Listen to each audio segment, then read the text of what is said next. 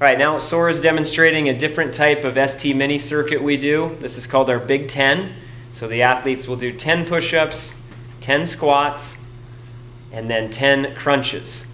And then they will go 9 push-ups, 9 squats, 9 crunches, 8, 8, 8, all the way down to 1, 1, 1, and then a set of 10 at the end. So they will not come back up the ladder, but once they get down to 1, then she'll do a set of 10 of each at the end. You'll notice already that this is supposed to be very high rate. The idea here is high metabolic strength work. The athletes, when we do this in a group, we essentially want them competing with each other, racing. You really want, obviously, some attention to quality and detail still, which Sora is good at. She still gets really good range of motion and everything. But the idea is to go fast and take no breaks between.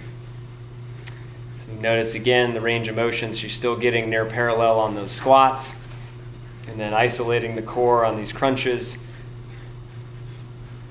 Most of our athletes can do this in under 4 minutes, I would say, is for most of our developed kids. But a lot of times when I've had kids start this, it takes them 8 or 9 minutes. So it is difficult work and kind of shockingly hard the first time you have someone do these.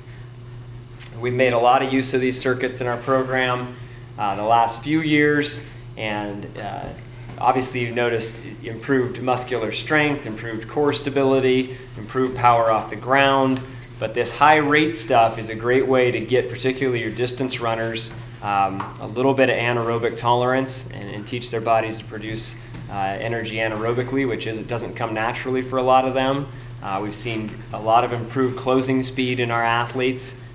Sora in particular became quite a good kicker the last couple of years, and this training was one element of that.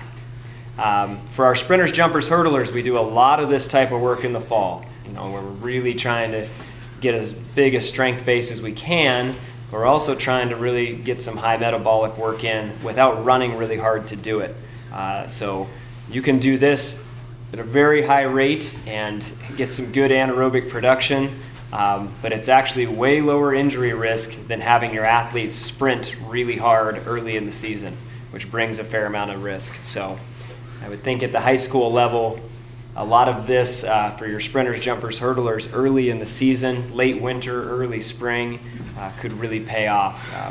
Again, we emphasize it a lot in the fall, a little bit in the winter, and we kind of phase it out as we get into our peak season in the spring.